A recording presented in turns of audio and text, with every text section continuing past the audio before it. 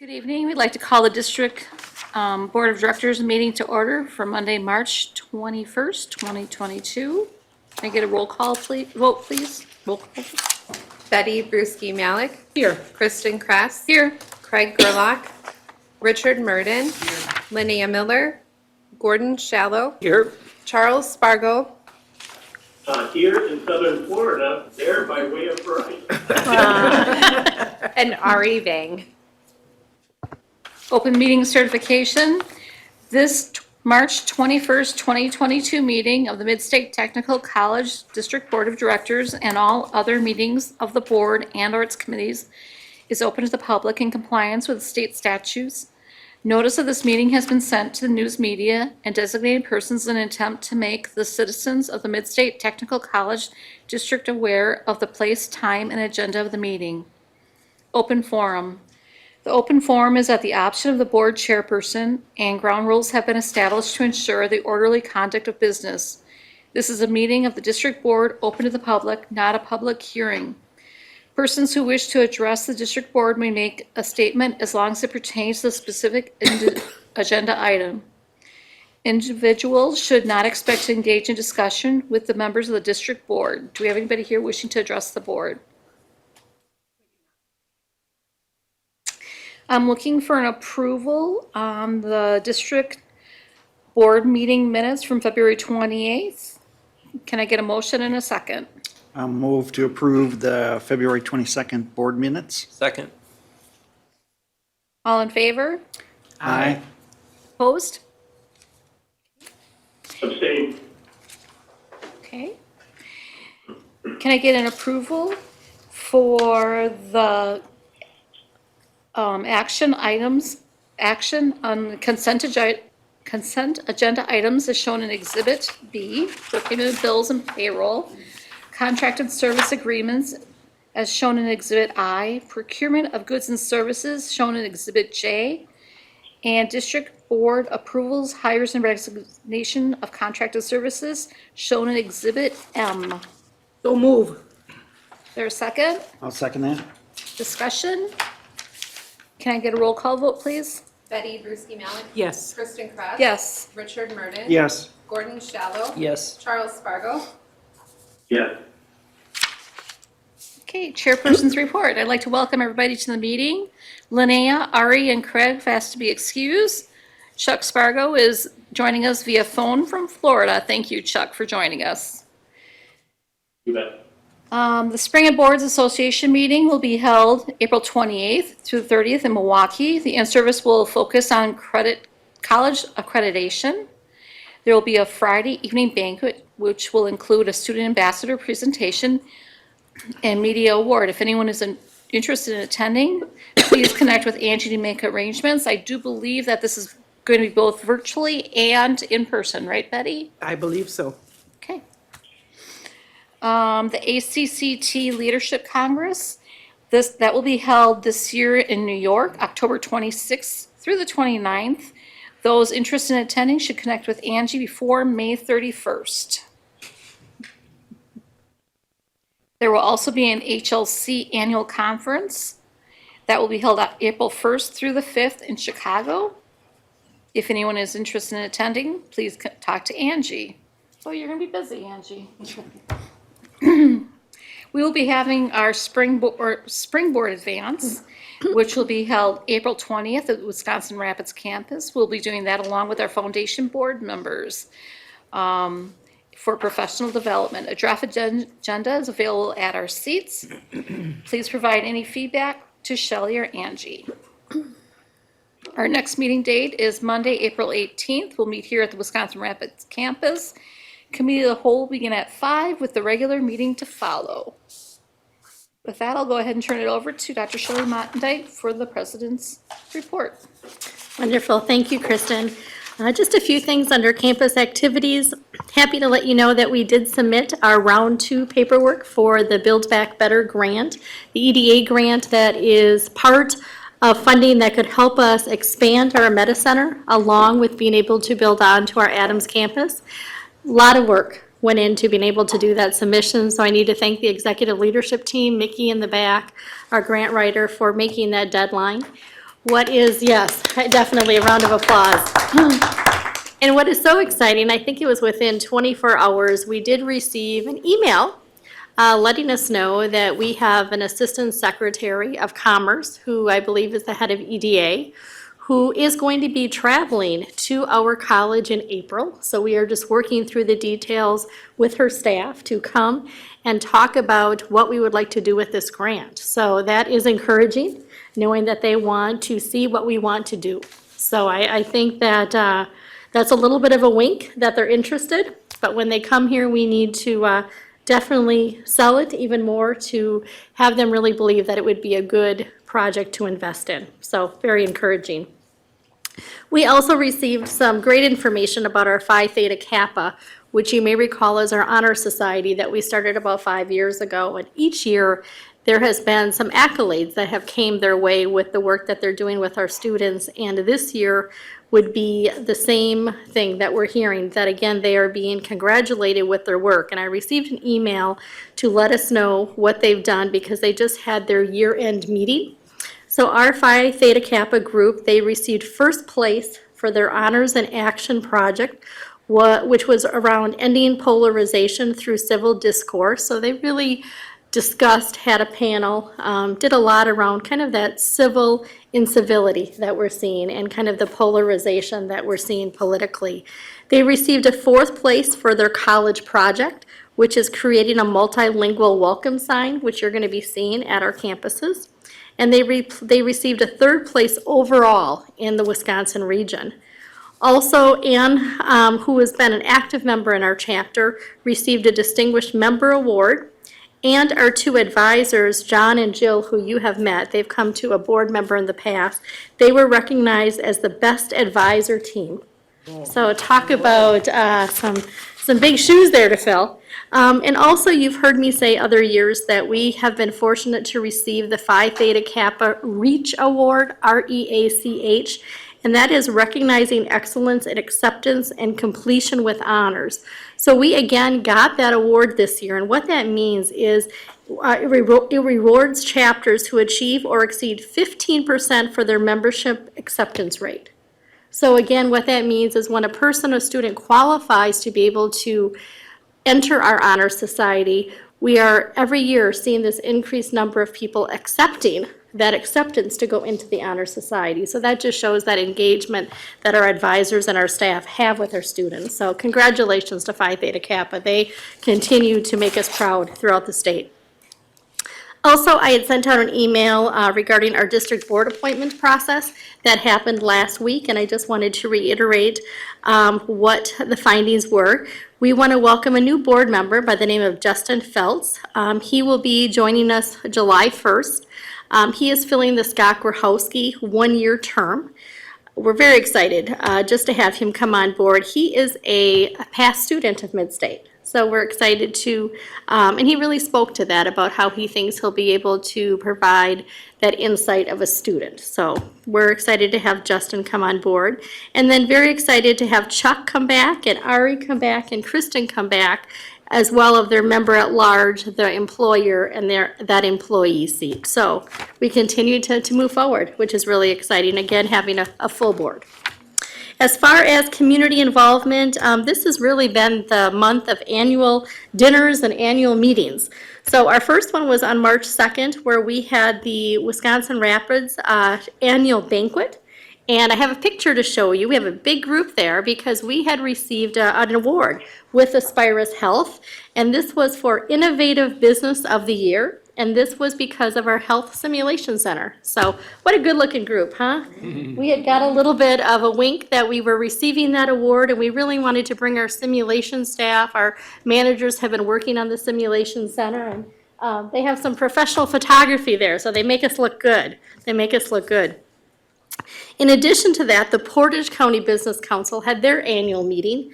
that we also attended. Even though we didn't receive an award, I have to tell you, there were a couple of recipients that were up there and really gave Mid-State kudos. It almost seemed like it was a Mid-State night.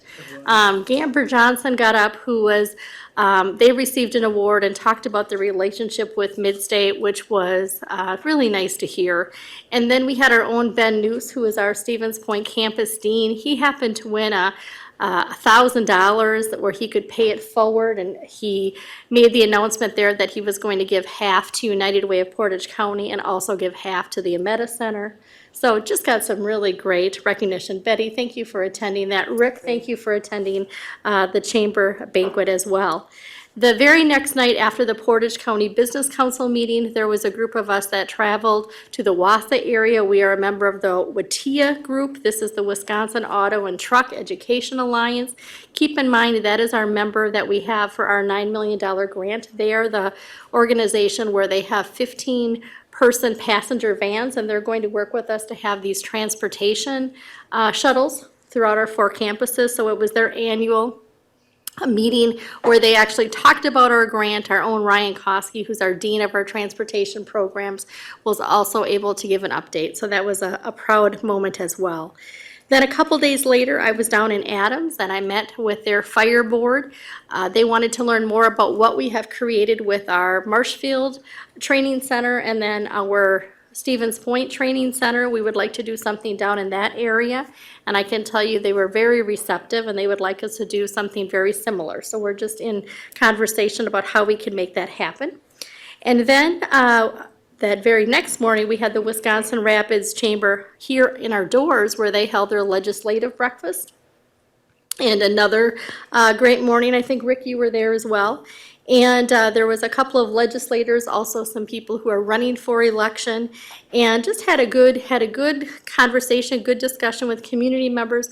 We had it in our new gourmet cafe, and I think people were really impressed with that space.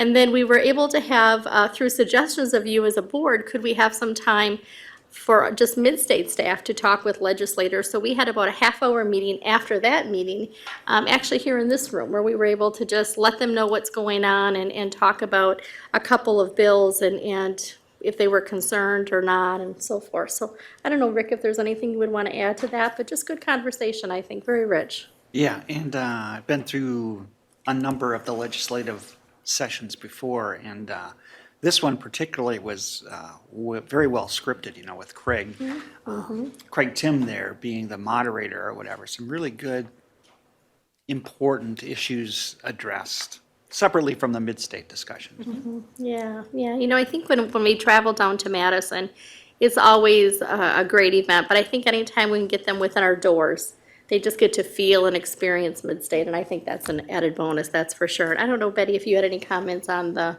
dinner that you had attended. Well, other than being a mid-state night. It was. And also Craig Gerlach was attending. He Yes. also attended. Yes, he but did. It was a great evening.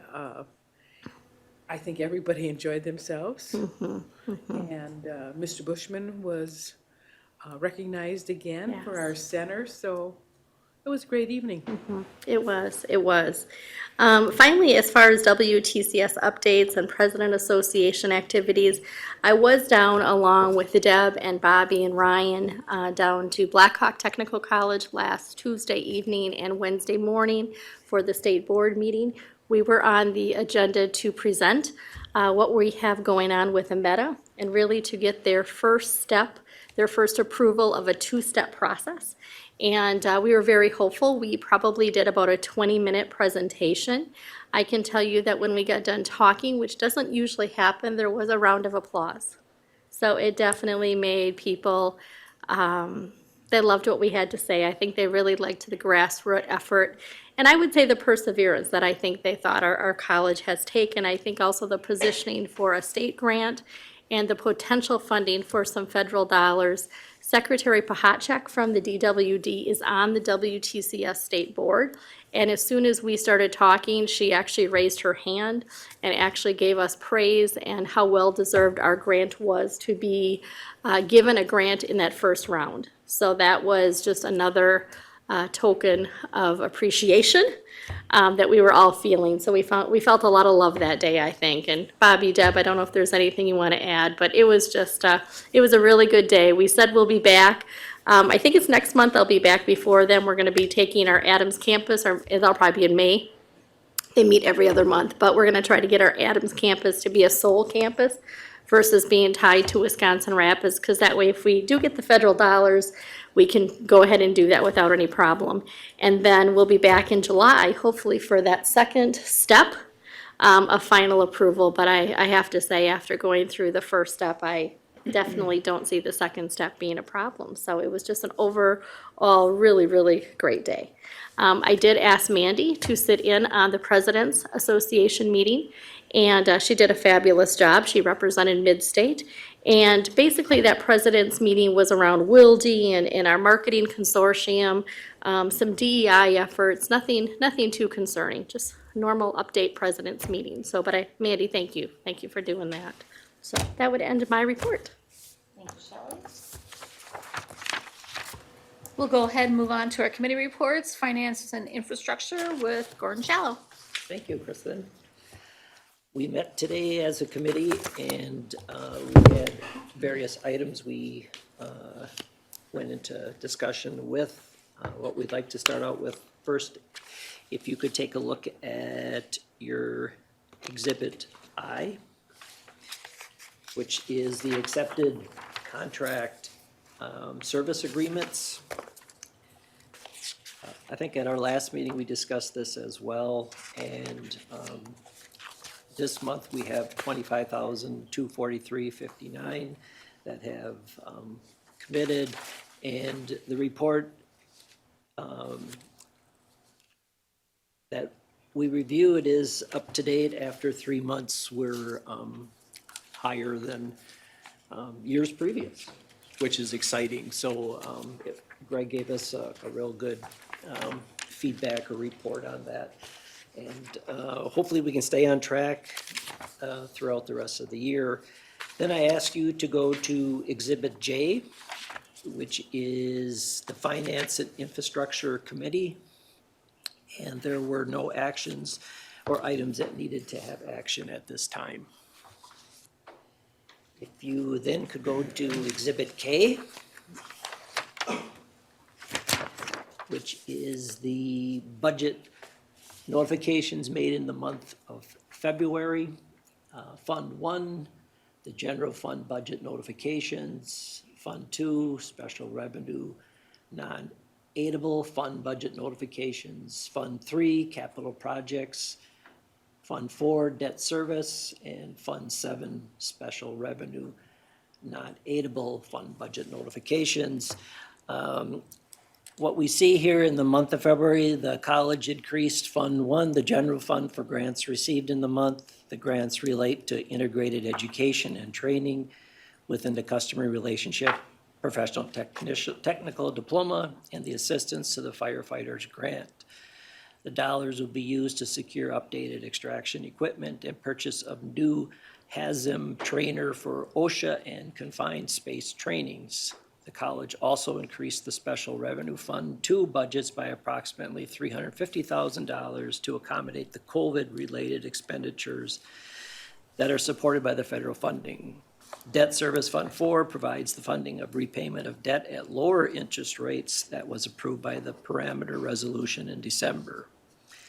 The final Fund 7, the Special Revenue Fund, is increased with the disbursements made for COVID student emergency grants. The college has supplied 6,822 grants to 3,340 students. Approximately $4,468,000 has been dispersed over the past 24 months in the COVID emergency grants. And I know we talked about that at the last meeting as well, how well that has been received and gone for the campus.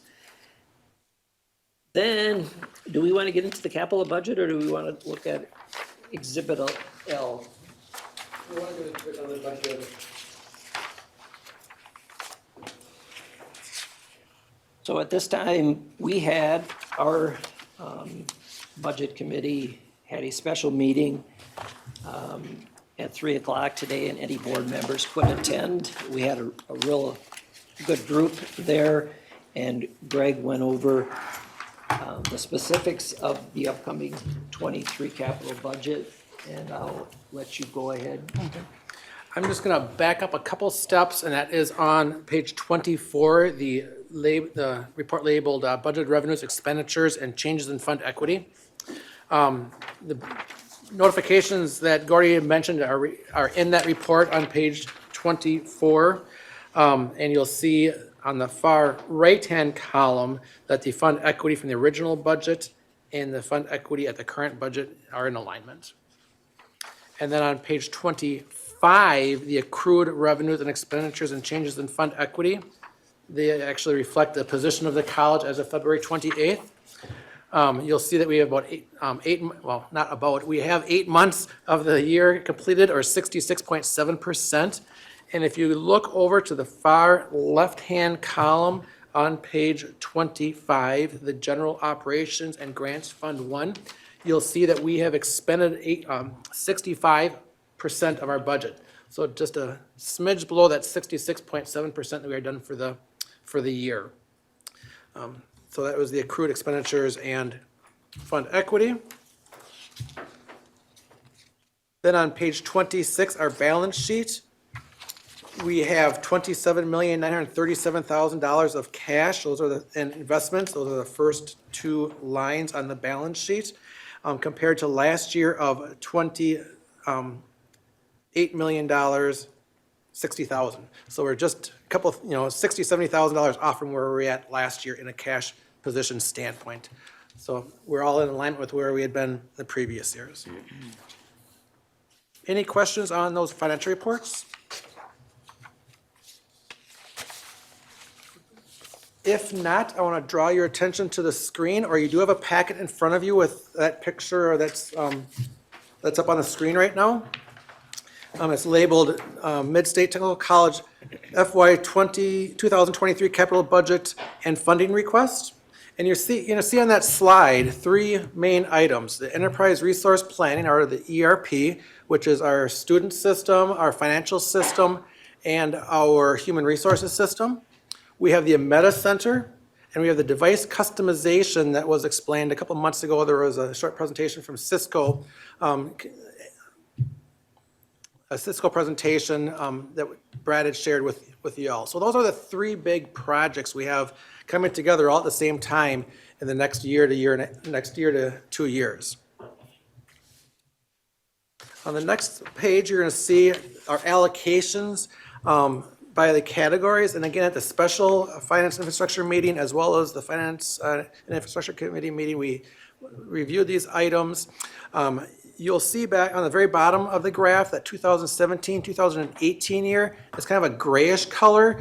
There's a large band there, and that's information, that's technology.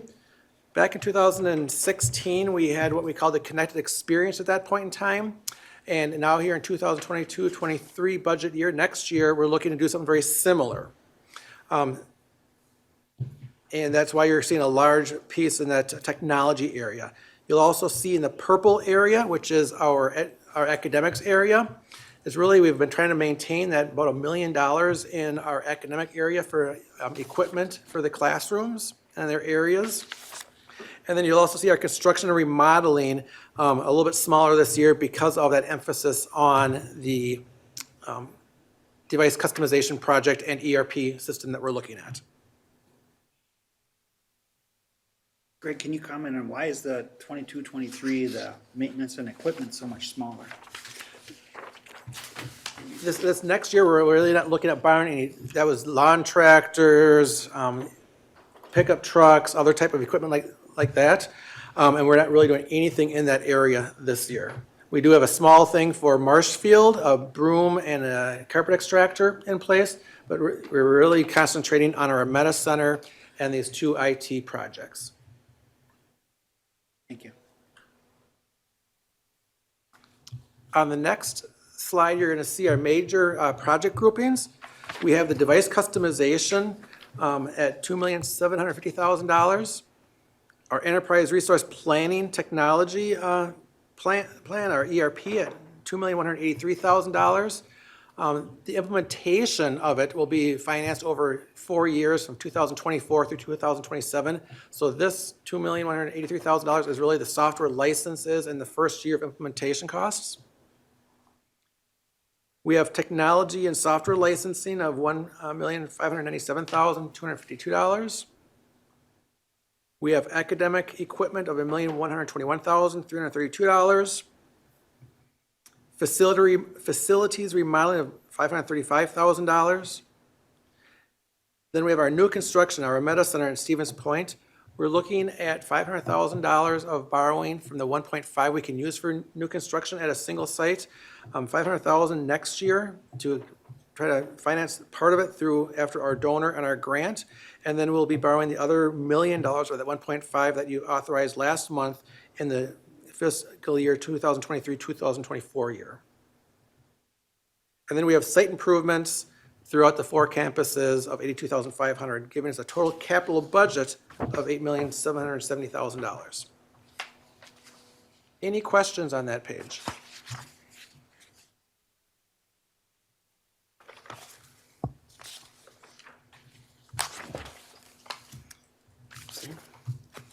If not, we'll go on to the next one, which I'm bringing forward that $8,770,000, and then we have our financing plan. So we have debt service. We'll be looking at borrowing $6 million this next fiscal year. $3 million at the beginning of the year, and then approximately $3 million again around that December timeframe. Really because we know that a couple projects will not happen until after the first of the year. So we're not borrowing the money all up front. We want to make sure we're cognizant of our borrowings and the timing of those borrowings, and so it'll be split into 2. We have a key government finance, which we'll talk about in a little bit on the next item. That is like the Connected Experience, using them as a financing agent for us to help with the device customization. We have our capital fund equity, our unspent capital budgets from previous year. We're looking at $500,000 of use there. And then we have a state grant for $70,000 right now, totaling that $8,770,000 of funding sources.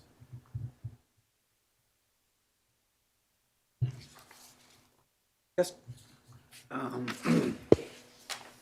If you look at what is the pros and cons of knowing that interest rates are going no place but up, the pros and cons of getting all that debt as early as possible?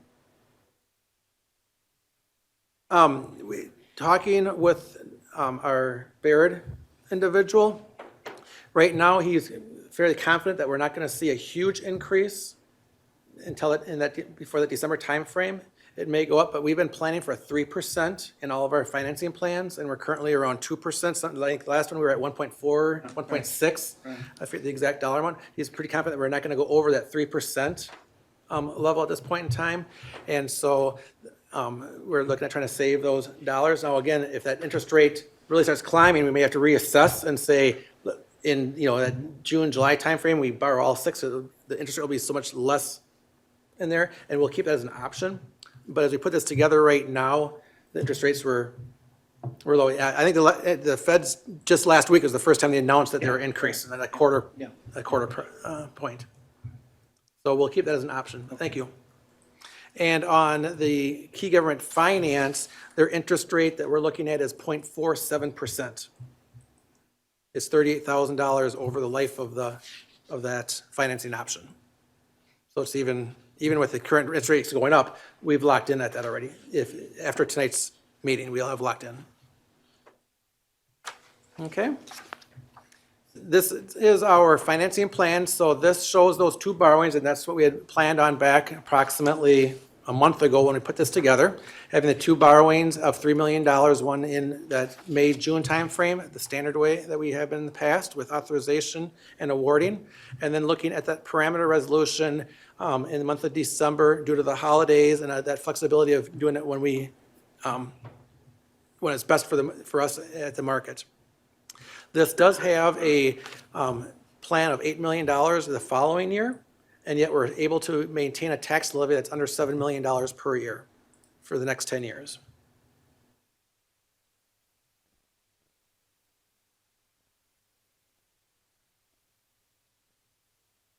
Any questions on the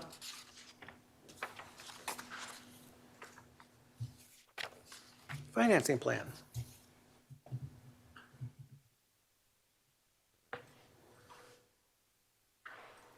Good job. Okay, Gordy?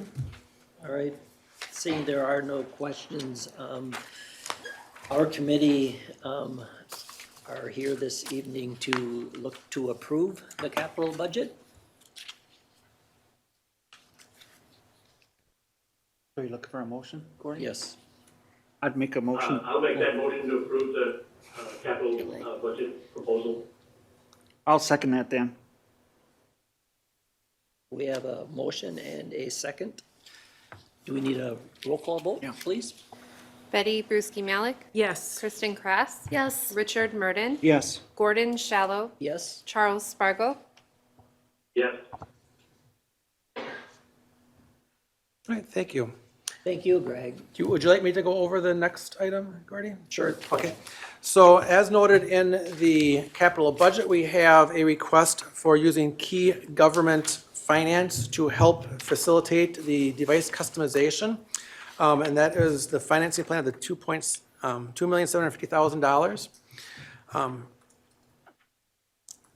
That plan will consist of 5 annual payments of about $557,000, totaling $2,787,485.30, with a total interest cost of $38,874 over the lifetime of that financing plan for the next 5 years. So that equates to a 4.7% interest rate for that 5-year plan. So tonight we're looking for your action to approve the financing plan using key government finance to help us finance the customized device customization capital item. Rick, can you repeat the interest rate for that? 0.47%. Thank you. I heard something different. Yeah, I think it was just a, Nod. yeah.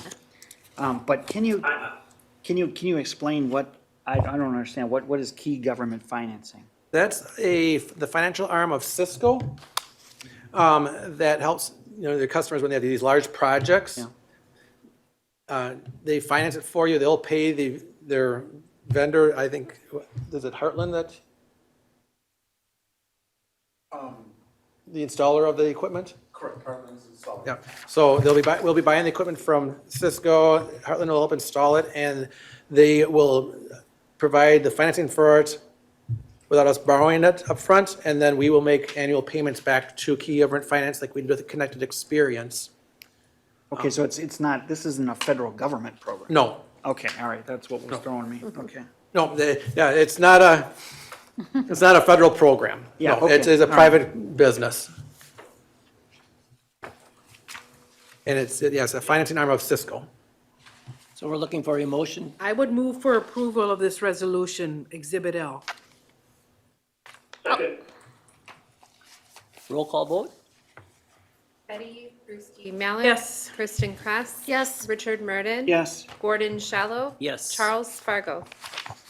Yes. Thank you.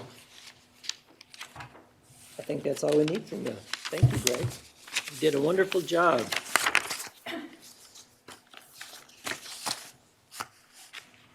You made that a lot easier than the hour we all spent together. We have 2 informational items. One is the ERP assessment. And if you give me a second to bring that up. Brad gave that to us as an update. It was new for me. It's what does ERP stand for? Enterprise Resource Planning Software, which is PeopleSoft for short. What are we doing for this assessment? It is a software program which is going to end June 25th. And through this change or consideration we're making as the board or committee is to not only look at where we are now, but where we are in the future, not just for finance, but also for what's going to be user-friendly. I think that's going to be really critical to understand. There is going to be some huge financial considerations if we try to stay with PeopleSoft.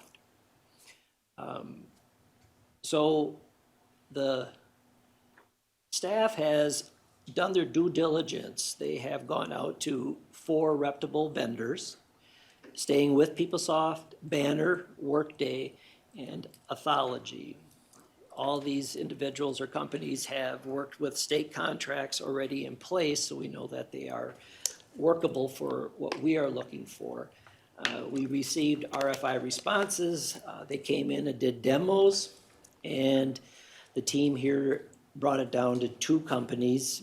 And then through that evaluation, they have selected and/or recommending Anthology as our new software. They are scheduling a meeting with the ELT members to make a final discussion and whether it should be a go or not. And then as a board, we'll be looking for approval in April. Of the 16 colleges, are any of these, and then how many? I think what Brad had shared, and Brad, you maybe can answer, but I know Southwest Technical College currently uses this.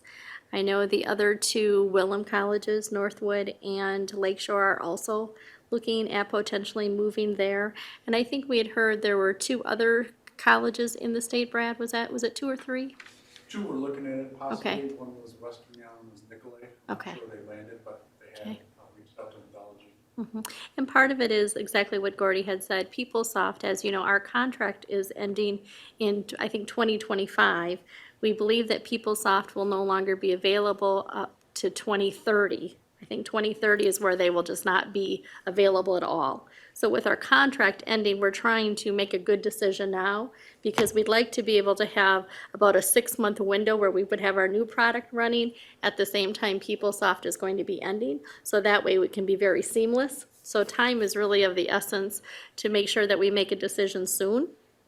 The team really has been working on this since last July, doing all of these assessments, and I'm excited. I think it is exactly what Gordy said. Was it Thursday, maybe the 24th, where the executive team is going to finally make that final decision. So we wanted in the capital budget to put a placeholder because we know we have to make a decision and we know what that costing is. So you might be saying, gosh, we just approved a budget, and you're kind of hearing that the decision hasn't been made yet, but they're fairly confident that it is going to be a go. So, but yes. So, and I can tell you, of those other products, Rick, they will also tell you that Anthology is the most reasonable from a cost standpoint, matching that up with the functionality of what we're looking at. Also, it's a cloud-based system, which definitely there's some pros to that as well. This would also position us well if we would ever move away from Willem, of how it can be supported. So, Brad, is there anything I may have left out that you would want to add? Not necessarily left out. I just want to make one correction, and that is with Oracle in 2030, PeopleSoft, we would have to move to the cloud in 2030. Not that it wouldn't be available, just we would have to be your Cloud-based, okay. And I'm assuming that Southwest is very pleased with it? Yes, Okay. yes, they are. There were 2 questions that were brought up from our committee. The concern of going to the cloud-based software, and Brad pretty much gave us full confidence that that is going to be absolutely no problem. And then the discussion on our speed of internet, and the discussion was they actually have 2 internet services. One is a backup, so just in case anything ever were to go wrong, we'll have an emergency in place. So it all sounded good from our committee standpoint. So we'll wait to see what ELT tells us, and we'll look for a board approval next month. Any other questions with that?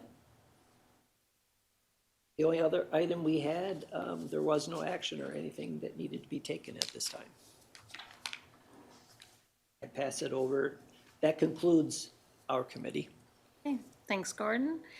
We'll move on to Academic and Student Services Committee with Betty Brusky-Malik. Thank you. Committee of 1 met earlier this afternoon with Dr. Deb Stencil and Dr. Mandy Lang. So nobody argued with me. At your place, our first items were informational items. The first one is the faculty support. And this little two-sided form is full of information, full of information. Dr. Deb explained that it's for faculty professional development.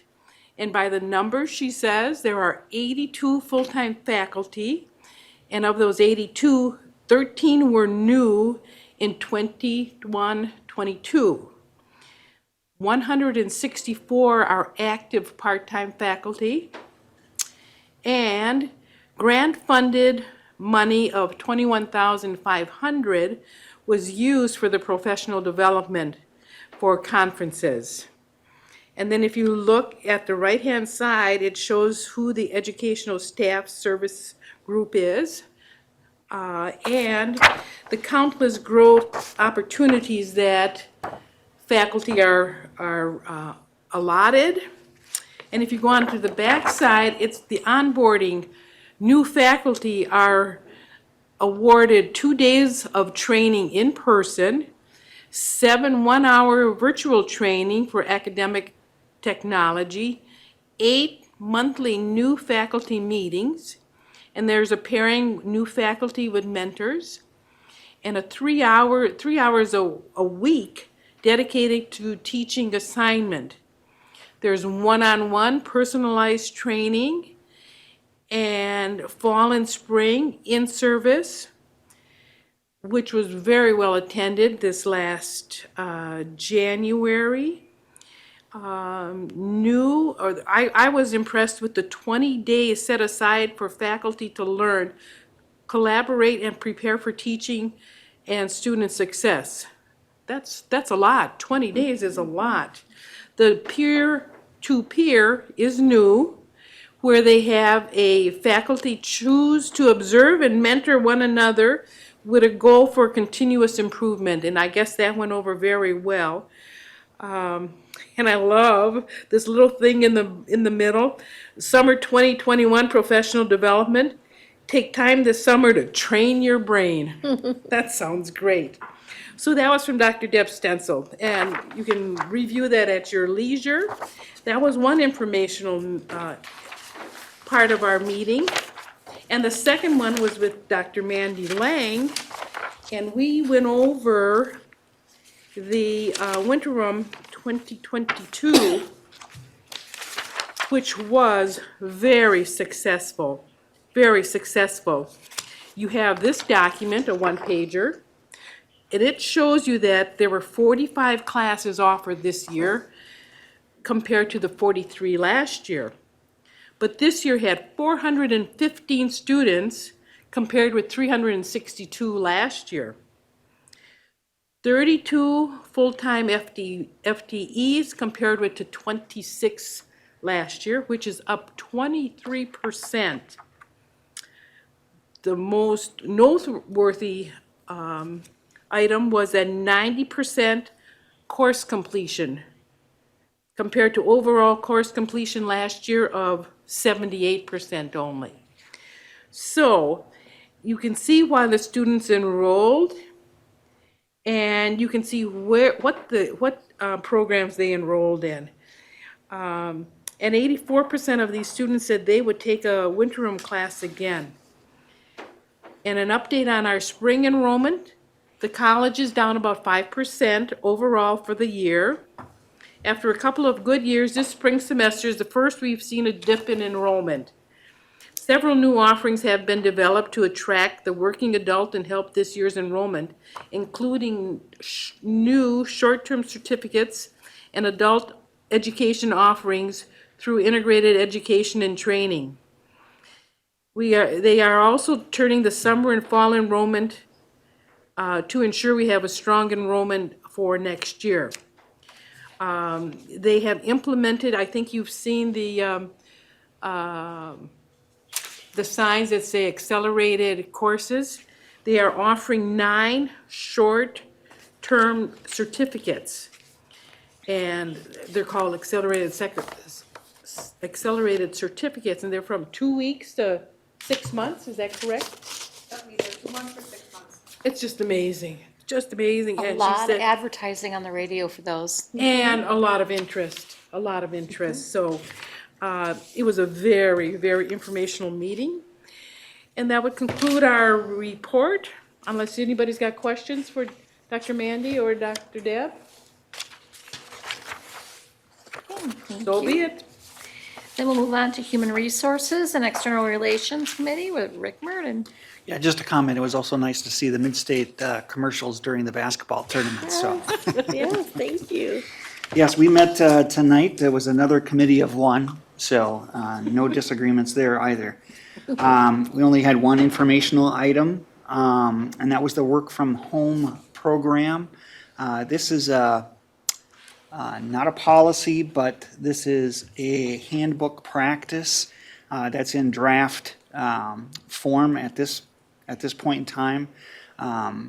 Basically, it's trying to, through all COVID, there was a lot of, I don't want to say forced working from home, but trying to minimize the amount of people here on the campus and stuff. So the people that could work from home, a lot of them did work from home. So now transitioning back from COVID in the new world that we're in, it's reasonable to have some type of a policy to kind of control, and so everybody's on the same page in terms of what are the conditions under which you may want to work from home. And so the draft policy, some of the keys there are that it has to be an agreement, obviously, between the employee and the manager. Nobody can work 100% from home, so they always need some presence on campus for meetings or whatever. And there's an application form for this. They have to have sufficient internet service. Can't be doing this while, can't do this while conducting daycare or, having constant interruptions. So it's a good draft, a good start at forming a practice for employees to work from home. I think I really, just to mention, I really applaud Karen. She had put together a group of employees to just talk about, a work from home benefit. And I was happy that we took the time to get that feedback, and I was glad that when Karen had met, we really had kind of set the stage that we are not an employer that you'll be able to work fully from home. We feel we need to deliver exceptional customer service, and we think that from an employee engagement, that's just not something we can do. But there was consideration that there are some positions that maybe the position is suited more, where we would be able to have people work a couple days from home. And we know that we are an organization like any other business, that when we talk about what do we need to do to retain our employees, if we don't look at this, we know that we will fall behind. But again, not looking at having positions that would be solely work from home. So I'm excited about what Karen has came up with the team of employees. I know she took it back to get their endorsement of what you saw, Rick, and they are excited. I'm sure that there are going to be some employees that will be disappointed because they probably will think they can work from home every day. That's not the case. And we know that there will be some people that will apply, but their position is not going to be suited to work from home. So that will be denied. So there definitely will be a period where some people will be happy. They might be able to work from home 1 day a week, but there's also going to be those people that are going to be disappointed because they can't work 5 days a week. But I think this is a first step. And I think what Karen is going to be doing is will be part of our employee handbook. And every year, we always let our employee handbook go out for any suggestions. And then we talk about if there's any suggestions, considerations, or changes that we have to make. But I really do applaud that I think it's a great first step. But just like any good benefit, I'm sure there will be some that will be disappointed because of the criteria. And then there will be just some that will be happy that maybe they can work from home 1 day a week. But definitely will not be a large percentage of our employees by any means, so. That's all we had. Committee of the Whole, there was no Committee of the Whole meeting this month. Discussion and action items. We have grant awards with Dr. Bobby Damro and Mickey Dirks Loopy.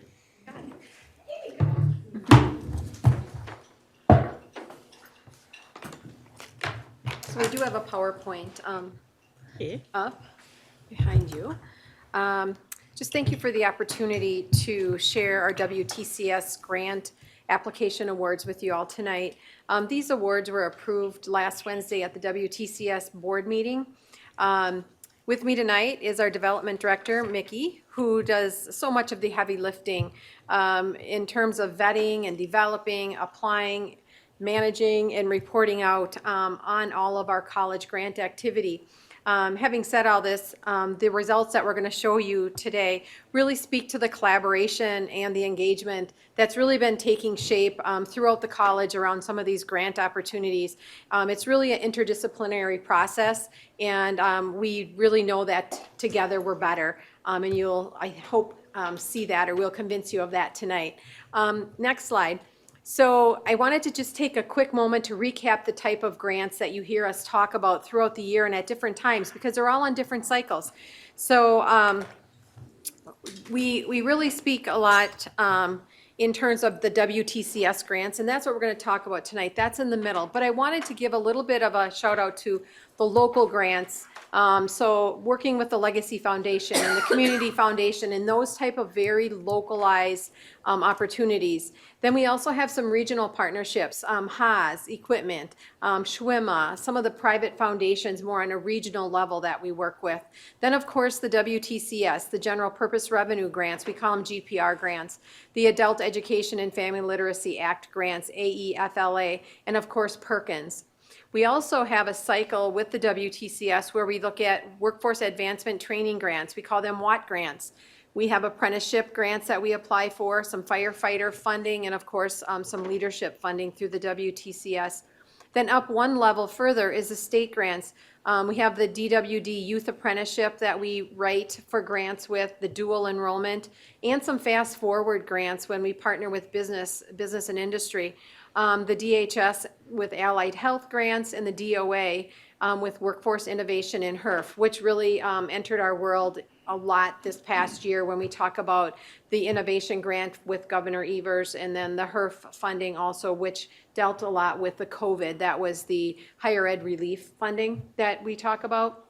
And then federally, we have a grant with we try for these grants with DOE, Department of Education, which is strengthening institutions, and EDA, which you've heard us talk a little bit about with the Build Back Better, and then DOL with strengthening community colleges.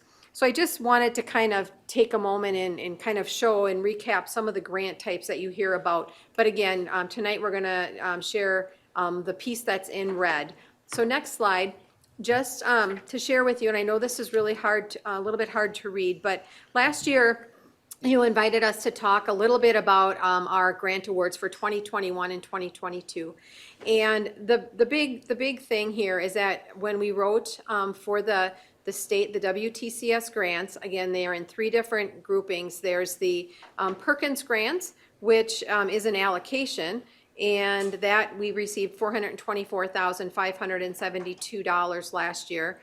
The AEFLA, which is also an allocation, and we received $217,212. So those are not competitive, but you still have to do the paperwork to send it in. So if you don't send it in, you don't get it. But if you do send it in and do a good job, you'll get your allocation. So it's part of that process. And then finally, the GPR, the General Purpose Revenue, that's the competitive piece. And last year we had $1,032,620. So our goal for fiscal year 23 was to really meet and exceed what we did last year. Now, we take a very deliberate approach to writing these grants. Obviously, our strategic plan is very important to us. We also partner with academics in a large way when we know that they have new programs that they're bringing forth to you for your approval. You'll hear sometimes Deb say that we're writing a grant for those. Those kind of fall under that GPR, maybe developing markets, or even core industry in some cases if we're doing some expansion. So our grants are very important to our ability to be able to continue to move some of our programs along and to bring new programs in the door. So keep that number in mind, 1,674,404. So I'm going to turn it over with Mickey having a kind of a goal or a long shot of trying to improve upon that. I'm going to let her share what we did this year and what the results were. Next slide. So this last year, this summer, we decided to take a little bit of a different approach to building out our grants because they're very competitive. And I'll be honest, I've been doing this in the technical colleges for 15 years now, and it's just become more and more competitive. It's really hard. We're supposed to partner with our WTCS colleges, but we're also competing with them for a very finite pot of money. So we want to be able to show them the best that we can be.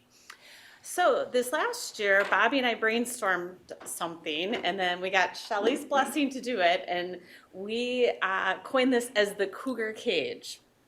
So the Cougar Cage was kind of a spin-off of Shark Tank, which we went with the Cougar Cage. We actually we had this logo designed, and we brought all of our leadership and different individuals who are involved in grants. We brought them on campus for a day to brainstorm around all of our competitive categories. So we met in this room, we had flip charts, and we sat down and we kind of cross functionality in the team. So we had some members of student services or some people who were tied to counseling, connecting with some of the academic people, and kind of really going, how can we bring our best foot, how can we put our best foot forward and be really competitive? So we kind of brainstormed. Next slide. Oh, There you go. yeah. Oh, sorry. Then we brainstormed in the morning and we developed competitive ideas around these different categories, which is career pathways, core industry, developing markets, and completion. So they developed potential project ideas. We had them go, why are you choosing this project focus? A lot of times we'd actually tie them back to our strategic plan and say, okay, how does this fit into our strategic plan? We had them brainstorm out the outcomes, who could be our partners, employers, because we really need support of partners and employers to be competitive. And then we had them kind of go, who could be our potential development team members? And then in the afternoon, we had a nice cookout, and then in the afternoon, we went and pitched our ideas to the executive leadership team, which kind of really was like a Shark Tank-esque, well, our Cougar Cage. And so we really, it was a nice afternoon of pitching the ideas, but then communication about different ideas, looking at, is this going to be a strong one this year? Maybe this should get put off till the future, because there were different things that were going to be happening. A meta center is a big reason, why we moved some projects a little bit ahead in the timeline. So yeah, we just had reaction, discussion, then we selected projects for our grant applications. This was great for me because this was the earliest I had grant ideas to work with, and it was I knew who the development team members were going to be. I could talk about it starting in summer. Usually a lot of that didn't roll out until like later in fall, which put a lot of pressure on me to to try and get all the grant applications done at once. We had like about 6 months to kind of really work through some of these ideas. So I feel like we really got some great creative grant applications, some good ideas out of that, and we selected our grants for the year. And then move on to the next one.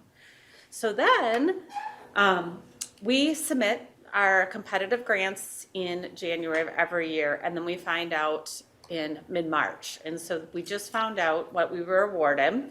So I'm kind of excited to announce that out of Cougar Cage, we had developed a hospitality management core industry grant, which we were fully awarded on.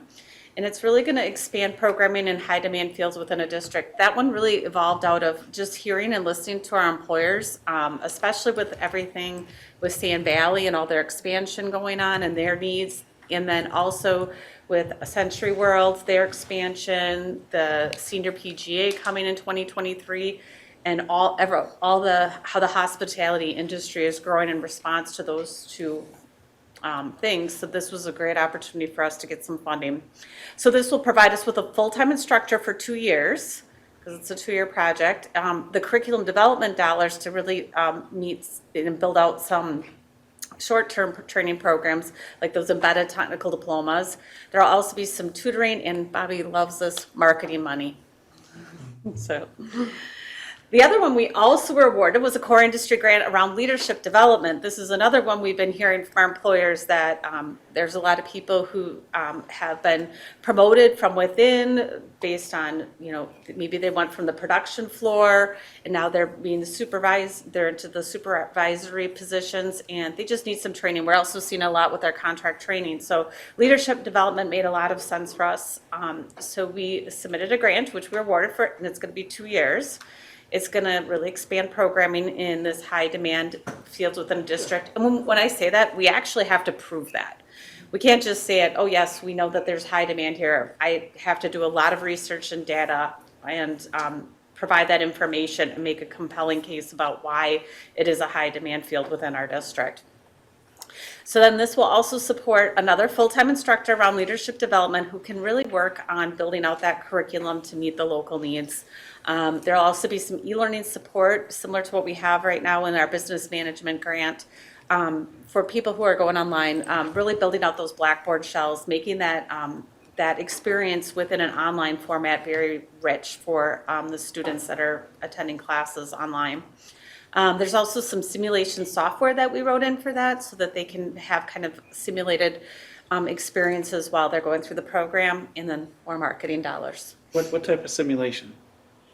Kind of, they're different scenarios. The instructor showed this to me, but it's I can't remember what it was called. Let me see the name of it. I have the budget here. And so they put them in through different scenarios around leadership development. I'm guessing a lot tied to like HR issues or supervisory management. And yeah, it's called this market simulation. So it's also responding, making decisions based on what the market, I didn't go too deep into it because they just provided me the information I put into the grant. So our business management faculty member kind of pointed that out, that they found use in that in our business management programs, and they also had things for leadership development as well as part of their packages. We also participated in a core industry grant with the other colleges in the WTCS system. This is a 2-year one. It's for it's being led by Chippewa Valley Technical College, and it's really to help build out the prep work for our students who have to take the NCLEX exam. From what I understand, some things have changed in how the questions are being asked in that, and so this is really to help the faculty prepare these students by designing some curriculum that will really help them be ready to take that NCLEX and increase their success rates. So it's really a collaborative grant that's led by CVTC, and we could potentially have curriculum development within that. What does NCLX stand for? Oh, yeah, I'm gonna look at National that. Council for Licensing Exam. It's Okay. The state boards. Okay. nursing, Okay. basically. So you get 1/13 of that grant. We don't know what we'll get. It's really going to be a collaboration. They're all going to work together. And if our faculty decide to take on a curriculum development contract, then we'll get. The faculty will actually do that. The grants are not set up for to piece out to the colleges. It's a kind of like a participation. So they'll get travel time. They'll get time to go attend the meetings. And then if they want to do a curriculum development contract, they'll get paid through that grant. But everything that comes out of this will be available to our college. So once the curriculum's developed, we will have access to it.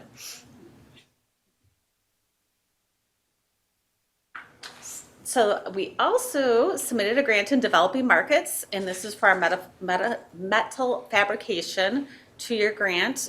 This is a welding program that will be offered at the Ameta Center. So we knew that the Ameta Center won't be open next year, but we wrote the grant to get started with developing the curriculum around that and also purchasing some nice equipment with this as well. So this is going to build out our new programming. The first year is really going to be purchasing the piece of equipment. There's 2 pieces of equipment, and then doing the curriculum development, and then in year 2 we'll have a full-time instructor.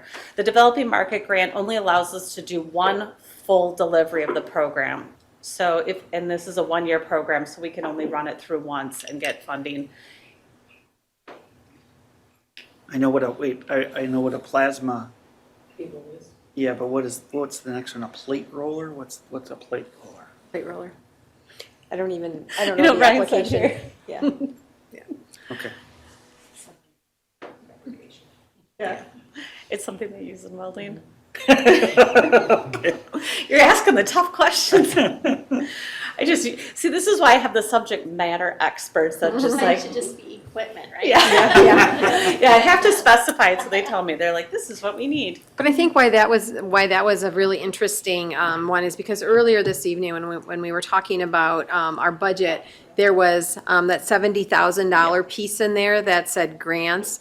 So we had that in there and earmarked, and Greg had it kind of as a notation on the bottom. And so when we got the grant and we learned about it, it was like, yes, it all came together. And again, this is a new program that, Deb brought to you for approval and received that approval now. So we're building that curriculum out. So when the Ameta Center is up and running, it's go time. Our final competitive grant was the completion grant. This is a really wonderful grant. This supports a lot of activities around student completion and persistence. It helps with salaries for academic advisors, academic coaching, tutoring services, and then we also have a resource counselor. This grant was a standout recognized by WTCS. Why it's a standout is we really look at closing our equity gaps, and I work with Mandy and her team to kind of look at what our equity gaps are and how we can apply funding to help close those equity gaps. And this last year, we actually made some good progress when we looked at how we did the prior year with our equity gaps. We focus in on low-income students. We also are looking at single parents. Males also have some equity gaps. And so we apply resources to those groups of students, ideas around that, and then we hopefully close those gaps. And so we had a standout for putting our application together, but also our results on this completion grant. So, oh my. So yeah, when we finished out how our awards went, we got our appropriations for Perkins. We're going into our second year of our competitive AEFLA. We get those for 4 years. So those are appropriations for this next year. But then if you look at our competitive GPR, then under our state grants, it also has funding for our emergency assistant grants that go to our students, our professional growth and occupational competency to support our faculty. And then we learned that the state had made a decision to, and maybe you can, we just found this out last week after this went through, and Mandy shared with us about 2 more appropriations we're going to get this year only. Yeah, one of them will be for enrollment of hard-to-serve populations and addressing some of their enrollment barriers. And then program-to-program articulation. We'll get some funding for expanding that as well. Really proud of this because you might recall when I came in, I think I had shared that I kind of had received some information from the state office that maybe Mid-State needed to take some time to do a little bit better on their grants. And for some of you that have been here, you probably aren't used to seeing these kind of numbers, but we really have been on an increasing level, not only in our community grants, like with our Legacy Foundation, but the WTCS. And when you can see that again, coming out, they've not only increased again, but they're ranked number 4 in the competitive category. And how many grant writers do we have? 1. But I think the key here is it's being done in a team, as a team. Yes, And that's what definitely. the Cougar Cage, and that's what all the managers and the executive team, and that's what we have built here. Because I think before it was just the grant writer was in their office and they wrote maybe what they heard about, and now you can see, and thanks for the proactive, and I think Bobby said it well, we have a really active product development plan, and you are trusting us. You're approving programs without us having it all figured out as far as the dollars for the faculty, but we have to do that because you have to have program approval before you can write for grants.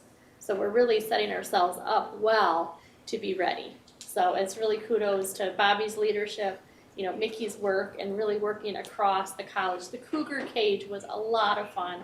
And then they also had done a celebration last year after their grant. So I'm guessing you're gonna have another celebration yes. this year as well. But In person. yeah, you know, you're doing an amazing job, just an amazing job. And I think those two things really speak to engaging people. When they know that they hear about these different project ideas, we really want to spur more project ideas and innovation, because grants are really to pilot things. They're not to sustain things long-term. It's really to get things launched and get it started. One thing that's not on here, we submitted, there's an off-cycle grant competition with WTCS out of the state GPR funding that just went in on Friday. So that's on there. We submitted another $200,000 onto that one. So, I know for me, you know, kind of taking a step back, we've not only been successful with the WTCS, but as you know, we got the Workforce Innovation Grant. So keep that in mind. As they're writing all these grants, they were writing also the Workforce Innovation Grant. And also, even though we found out about all this great thing, they also had to submit that round 2. And besides the Community Foundation grant, we just heard that we got for $4,000. And I mean, so it's just, talk about an active department of one. not for long. Not for long. We are. We were smart and wrote in for some help. Yes. Yeah, because you have to manage all these grants, right? I have a You have to question. manage. Yes, Chuck? I can't see the screen. Is there a total on the screen that I'm not? Oh, yes. 1,967,557. Oh my gosh, that's like 50% over last year? It's up about 293,000 across all of our WTCS wards in this cycle. Wow, awesome. Yeah. Awesome, thank you. I think that where we have really come together, you know, in fact, when we were getting the EDA for the Build Back Better grant together, I mean, that was just a lot. And we also had a deadline on the same date, March 15th, for all of the triennial reports that were coming due. So it was like, how do we do everything? And we had the team behind us say, okay, you know what?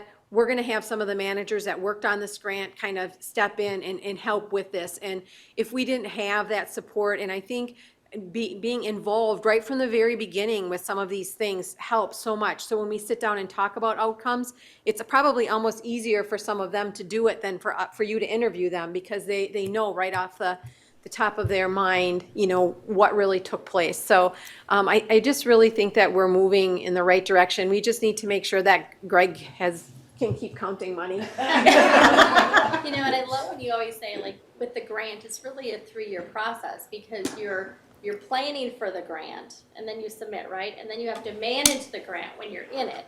And then you have to do all the post-grant work as well.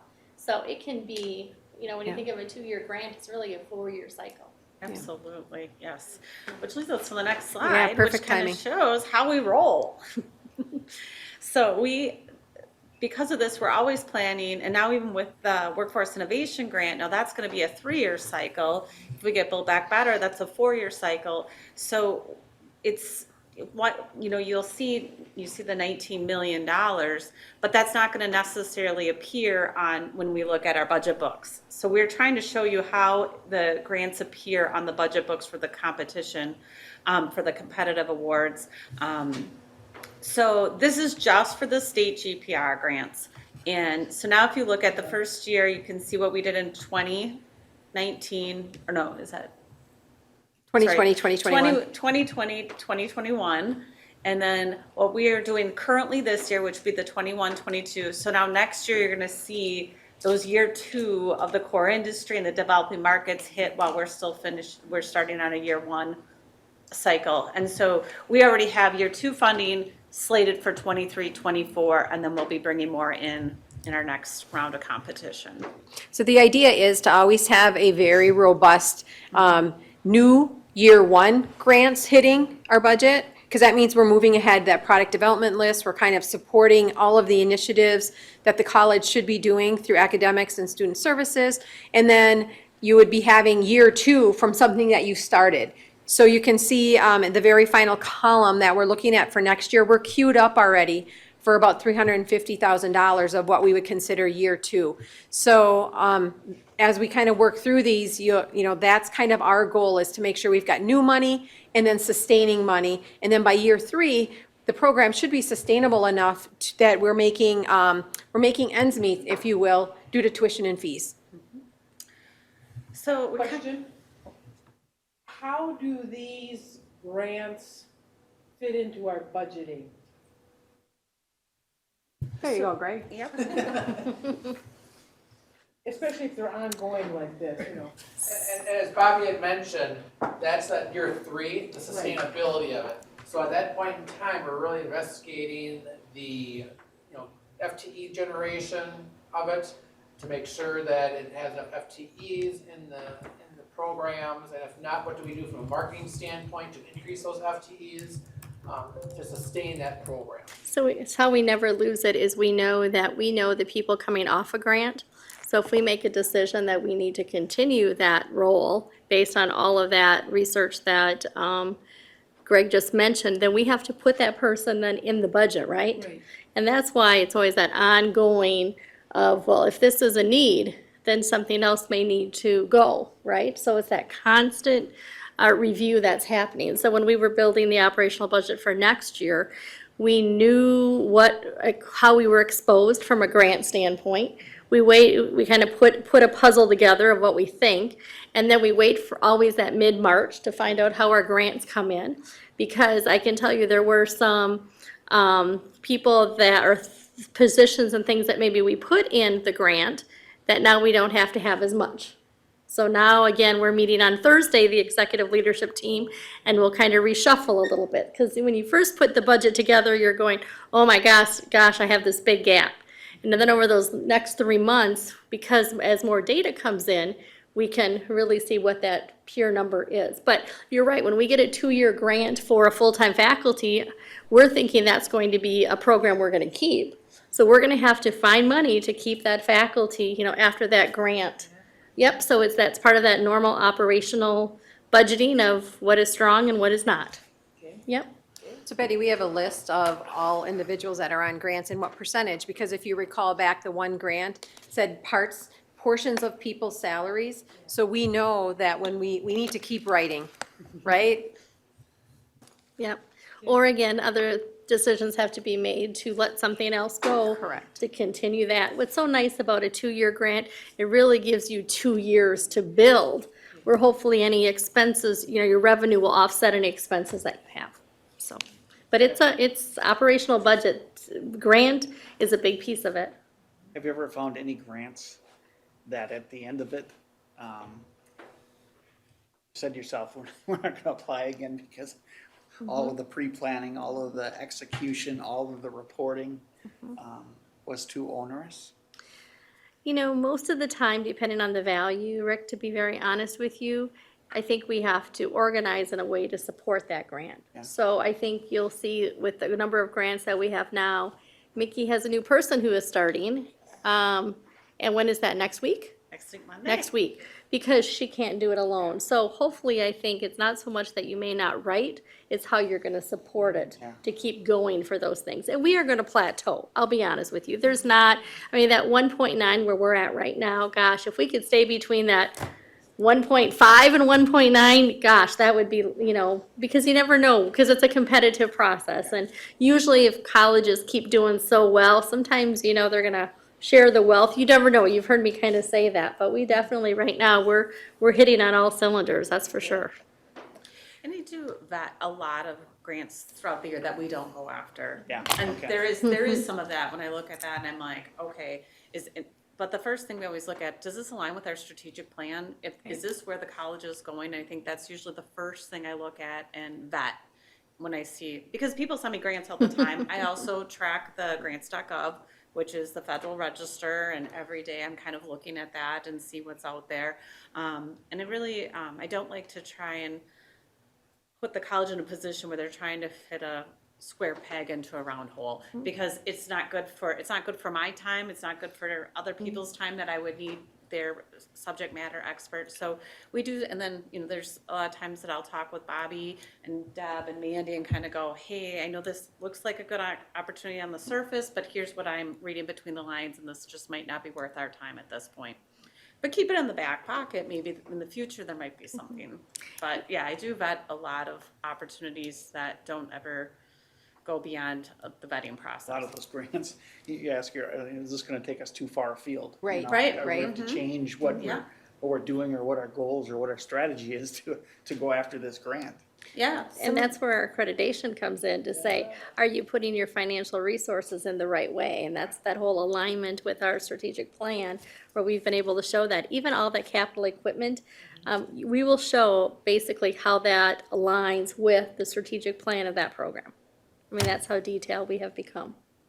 You know, in the matter of the Build Back Better, when you talk about having the resources to support them, that grant specifically had wording in it where we needed to be able to have financial and procurement, like some dedicated time to that. So when you're writing for some of those very large ones, I mean, this grant all out, I mean, we stand to gain 17 million. They want to make sure that we have a person for 4 years that's going to be able to day in and day out come in and know that grant. And so working with Greg and Greg's team, it's like, Greg, do we have this dedicated person? No, we don't. Well, then we need to write for a little bit more so we can answer and really in good conscience say, yes, we have what you're looking for and we can sign up for that.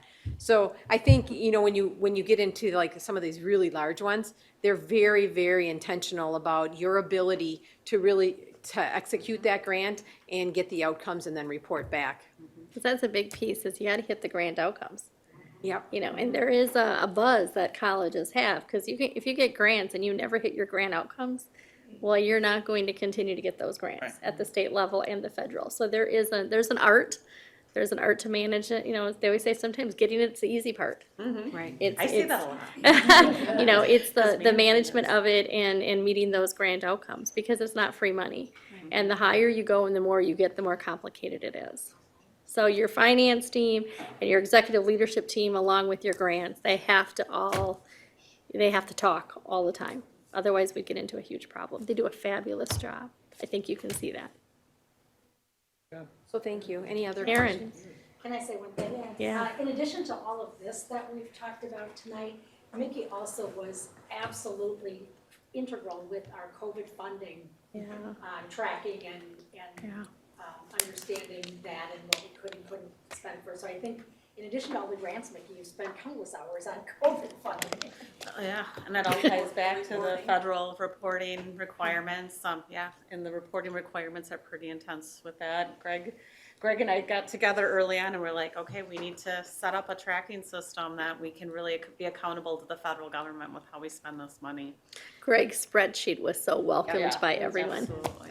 So we thought we were done with the COVID funding, like originally, like the deadline was May 23rd? Or May the 5th? 12th. May 12th? So we're like, okay, well, let's spend all this money, let's move on. And then we got the blanket extension for a whole nother year, which is good, because that gives us time to really kind of think through some things, but it also is one more year of reporting.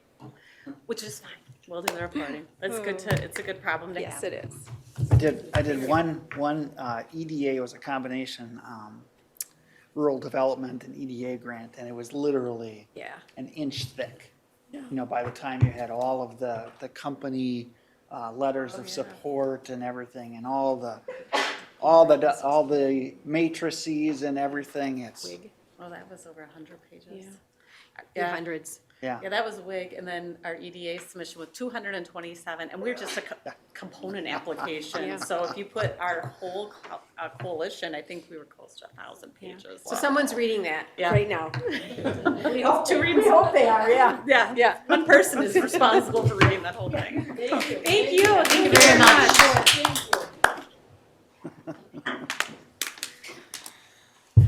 Okay, with that, we're going to go ahead and move into closed session. The board will entertain a motion to convene into closed session pursuant to S 19.85 and F Wisconsin statutes, which allow for deliberating when conducting other specified public business. whenever competitive or bargaining reasons require a closed session, and considering financial, medical, or social personal histories of specific persons, which if discussed in public would be likely to have substantial adverse effect upon reputation of any person referred to in such histories, to discuss a policy of naming a college facilities or property of naming buildings and spaces. The board may take action in closed session or may not. So move for closed session. Second. We met in closed session this evening to discuss consideration of naming of college buildings and rooms and facilities. Following the discussion, I move for approval of the Mid-State Technical College Board Policy. I'll second. Roll call vote?